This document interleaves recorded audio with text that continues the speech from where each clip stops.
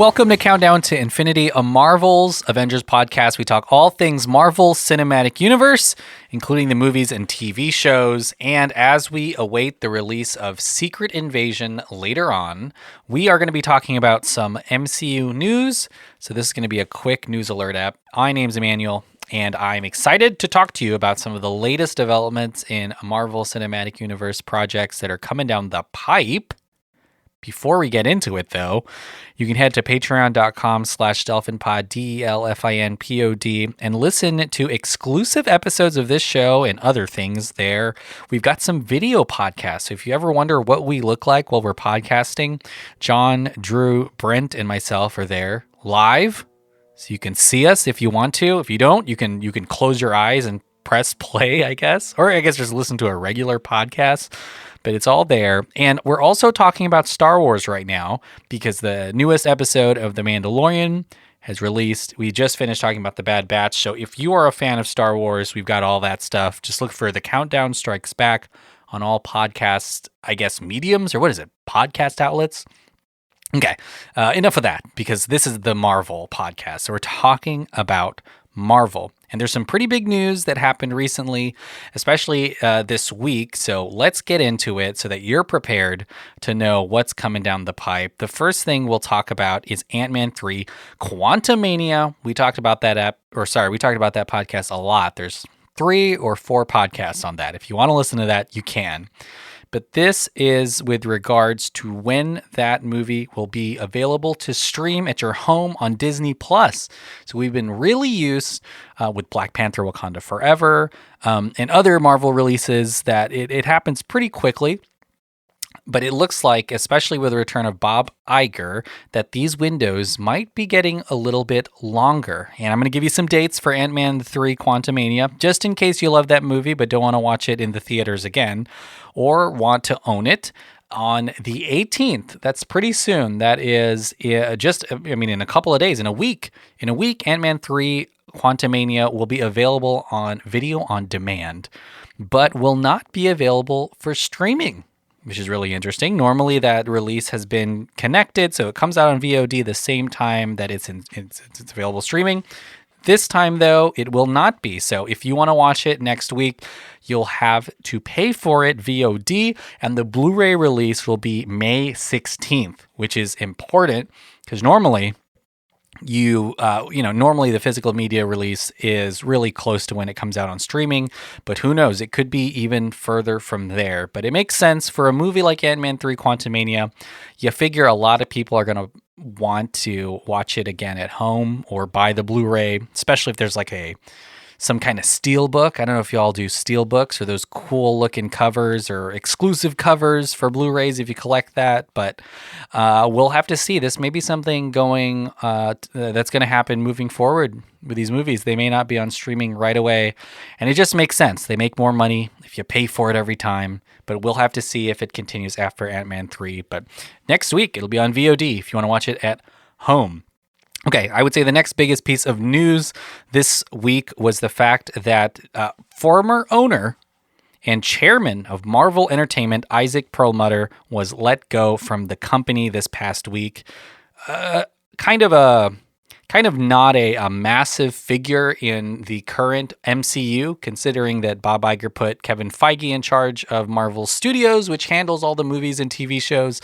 But Isaac Perlmutter was a longtime owner of Marvel. He sold the entire company to Disney for $4 billion, and they kept him around as the chairman, quote unquote, of Marvel Entertainment, but really he was in charge of consumer products like the comic books, like the merch, but they took away his ability to really work on some of the TV and movie stuff. He's really old regardless, so it makes sense that they felt that they didn't need to keep him around for that much longer, but he's also been kind of a thorn on the side of the company. He's been very open about some of his, I guess, displeasure with the direction of Disney. He kind of helped start kind of a proxy campaign against Bob Iger recently, and that may be why they fired him. And he's been kind of he's an outsized figure. He's got hundreds of millions of dollars of Disney stock, so he's a big shareholder. But he's been at Marvel since the 80s and the 90s, so kind of a giant move to just let him go completely, but we totally get it. I don't think it's going to influence anything in the MCU. The other big thing is, Perlmutter, as recently as Doctor Strange, the Multiverse of Madness, has been complaining about the size of the budgets of the Marvel movies. He thinks kind of they're getting really big, and, I don't know. I feel like it's at all costs, make these movies great, but we'll have to see how they do in the box office. They might come back and say that Perlmutter was right. Maybe they should have trimmed off a couple $100 million from some of these movies. Some of these, Doctor Strange is a great example. That movie cost over $200 million. That's a ton of money.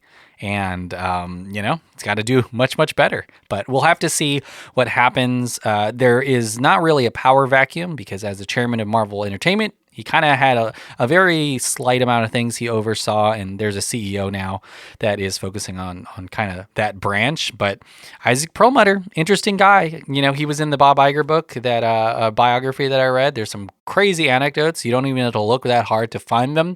Really frugal guy, but kind of paranoid. He had dozens of cameras installed at Marvel Studios so he could see what everyone was up to. A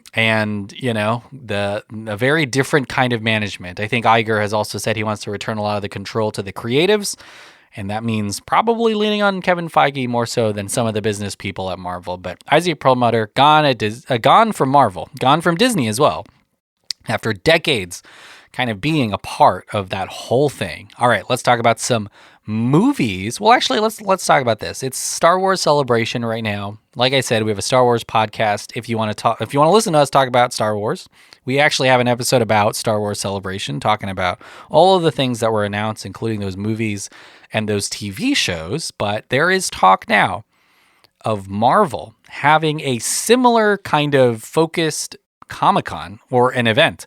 They may call it Marvel Celebration. This was from the editor-in-chief of Marvel Comics, talking about kind of what they're exploring there. And it would be really interesting to see what happens if Marvel's presence is kind of away from San Diego Comic-Con, from the other, like the CinemaCon, some of the other things that they do or the Disney shareholders meeting, D23, when they announce these big projects. I feel like Marvel's fandom is big enough to support their own convention. I don't know where it will be. Could be like Star Wars Celebration where it moves around, but Marvel Celebration might be coming soon. And it sort of makes a ton of sense because you still have that giant comic book element. Marvel comics are still being made and perhaps started the whole thing and is a big part of, most Comic-Cons is the comic book segment. So they've got that. And then they've got movies and TV and the panels. My goodness, I think part of this is Disney looking at some of these regional Comic-Cons like San Diego Comic-Con, New York Comic-Con, even, our city has a Comic-Con too. And they see these panels and people are paying hundreds of dollars to take photo ops. And I'm sure Disney's like, well, why aren't we just doing this? Why are we letting other smaller independent companies make a ton of money doing for example, a Spider-Man reunion panel? Like, we own the rights and we have all the people and we've got the cell phone numbers of all these actors. Why don't we just do it? So I could totally see that happening. I don't know any details, where it'll be, how big it'll be, whether it'll be a platform to announce new things like Star Wars Celebration or sort of just a way to reflect back and do photo ops of things that you really like. People still line up to take pictures of actors that portrayed heroes that aren't even around anymore. And maybe even some supporting cast characters get really big. They charge hundreds of dollars to take pictures of someone who's in Marvel for, one or two movies. So keep an eye out for that. We'll definitely let you know if Marvel Celebration happens. I don't know if we would go. We'll have to see what that entails, but that is definitely something that might happen. Okay. So we've talked about Marvel Celebration, Isaac Perlmutter, Ant-Man 3. Just a couple more things to talk about. Two things with regards to a movie that we know is releasing. and that is Thunderbolts, the Thunderbolts movie that has been announced and stars, oh my gosh, so many characters. This is the movie that is supposed to come out July 26th of 2024, directed by Jake Schreier. Has got a new writer. The new writer is Lee Sung-jin. If you are a fan of Netflix's Beef, which is doing really well right now, starring Steven Yeun and Ali Wong, he wrote that. But let me just go down the list of characters. So Thunderbolts exists in the comic books. Sebastian Stan is back as the Winter Soldier. Bucky Barnes, Florence Pugh as Yelena Belova, Wyatt Russell as U.S. Agent, Olga Kurylenko as Taskmaster, David Harbour as Red Guardian, Hannah John Kamen as Ghost from the Ant-Man movies. Of course, Julia Louis-Dreyfus as Contessa Valentina Allegra de Fontaine, who we saw in Black Panther Wakanda Forever, but she's been sprinkling around the shows, kind of building up her Thunderbolts team. We've seen her a lot, but this is also a huge deal, okay? Here's some new people that we haven't seen before. Harrison Ford will be playing President Thaddeus Ross. That's a huge character. Ayo Edebiri is also cast, and so is Steven Yeun, also cast, and we don't know who those characters are yet. So it's a giant movie based on an existing IP, but apparently they hired a new writer because the original draft that came in focused a lot on the Black Widow characters. It was the first draft came from the writers of Black Widow, so it makes sense that they wanted to stick with Yelena Belova and the Red Guardian because they've been writing for them for a long time. But it looks like they want this to be less of a singular character focus and more of like a ensemble piece a la Guardians or Suicide Squad. So they brought in Lee Sung-jin to kind of do a rewrite to include everyone. So again, this is very far off. This is coming out next year. It's being filmed soon, but there's going to be a focus on all of these characters. And we'll have to see. That balancing act is really hard to write for, but we're really excited to see it. Thunderbolts comes out next summer. Got a new writer and features all those amazing characters. And honestly, I think there's an argument to be made that Julia Louis-Dreyfus as Contessa Allegra de Fontaine is kind of doing a better job than even Kang right now of setting up whatever stakes she wants, because we've seen her kind of reverse Nick Furying it in some of the Disney Plus shows, and of course in Black Panther Wakanda Forever. So we've seen her building her team. Okay, so this is like a lot of groundwork has already been made. She's already met Yelena Belova at the end of Black Widow. She's already met John Walker, or U.S. Agent, in Falcon and the Winter Soldier. So there's a big argument to be made that Julia Louis-Dreyfus is, kind of the Nick Fury that we haven't seen yet in this new phase. But that'll be really exciting. So Thunderbolts, we'll watch that. And then the last piece of news is, I would say, very speculative because there's nothing confirmed. There's no release dates, but it's just the fact that James Gunn, in interviews, and of course James Gunn, friend of the pod, and who is very open about his thoughts and his feelings, says that that a DC crossover is more likely now that he is the person in charge over there, kind of the guy with Peter Safran in charge of DC. So he says not only is it possible, but they've discussed a Marvel and DC crossover in the future. This happened in the comic books. There's like a Superman versus Spider-Man. There's obviously some really big Avengers versus Justice League type stuff that has happened in the comic books. So it wouldn't be out of the realm of possibility, but it seems like James Gunn is open to it. It's a long process. I think if this does happen, longer process than things like Who Framed Roger Rabbit, which was sort of a feat to even accomplish. They even timed Bugs Bunny and Mickey Mouse's lines so that one of them doesn't talk longer than the other.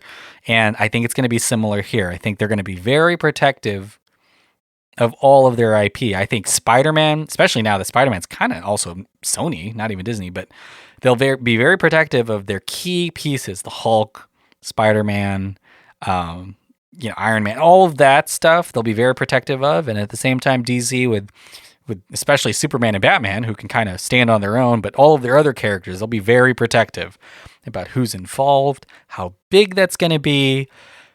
how big the event film will be, what they're adapting, but it seems like James Gunn is at least open to it, which is much more than can be said for the past, 20 or 30 years. I just don't think that was going to be anything that was possible short of someone buying both of them, but we'll have to see. It could definitely be a giant Hail Mary for superhero movies. Can you believe, like, if there is some kind of superhero fatigue and people aren't going anymore, this would be a big event type thing that would really, get the interest up there.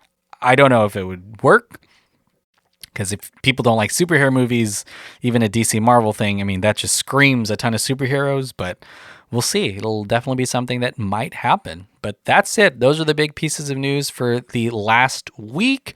We'll be back next week, either discussing something really new or going over some news again. And then, of course, Secret Invasion will be coming out soon, and we'll be doing a episode by episode recap, and also do a I would say maybe a prep episode, but again, Secret Invasion, June 21st, 2023. And then we've got Guardians before that. So we'll talk about those things when they come out. But thanks so much for listening. Don't forget to go to patreon.com/DelphinPod, DelfinPod, if you want to hear about other things outside of Marvel that we do. Also check out our YouTube, actually. Search Delphin Pod on YouTube. We've got videos there as well where you can see us. But thanks so much for listening and being a supporter of the pod. We'll be back next week. Bye.